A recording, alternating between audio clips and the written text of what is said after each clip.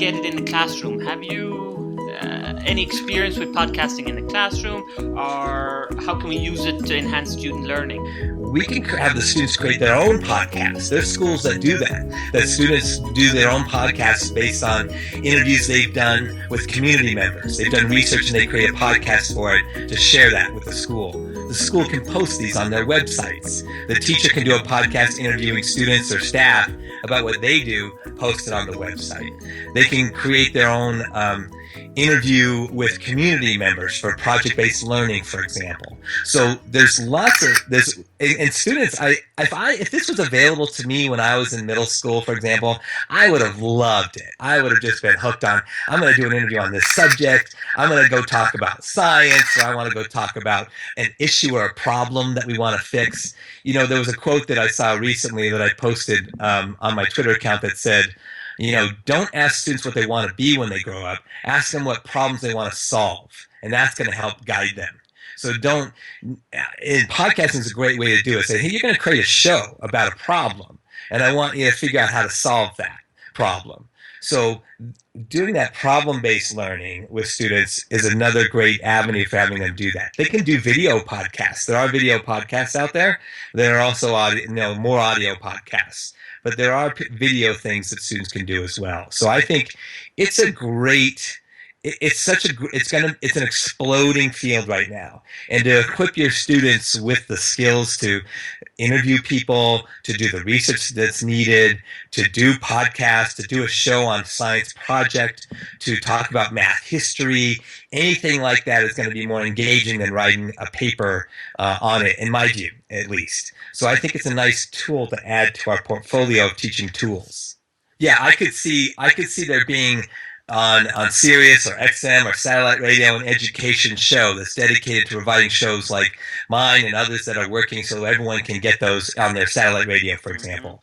I could see that evolving into, so many places. Right now it's just the world is shifting amazingly in technology. You guys are learning in your class, and it's something that I'm trying to catch and be on the front wave of rather than just be behind there trying to be just a consumer. I don't want to just be a consumer of that information. I like to be a producer of that information too.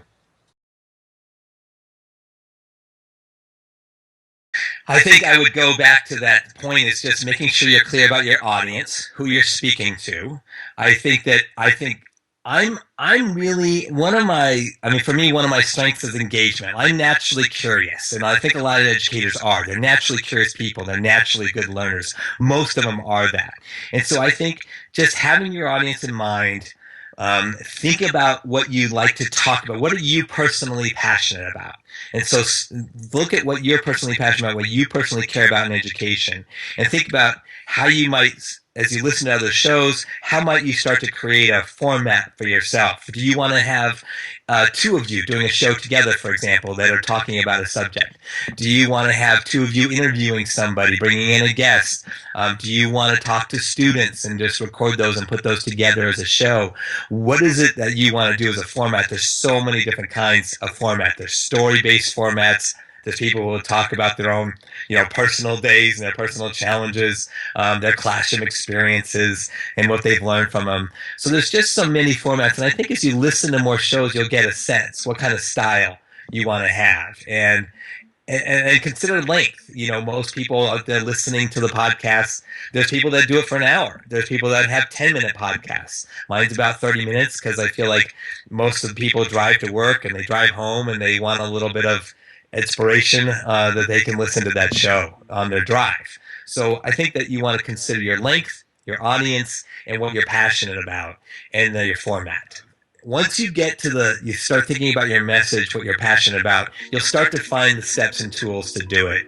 And if I was, I would just say, don't be afraid. Use it to help yourself. Use it to help others. Think about the great service you're doing to people when you're supporting them, when you're giving them tools they can use. Think about your students, how excited they could be about this as a medium, creating something that's permanent, that they could create a permanent record digitally of their experience in 8th grade or 10th grade. Think if you could go back and hear yourself as a senior in high school, and you could show that, have your kids listen to that someday.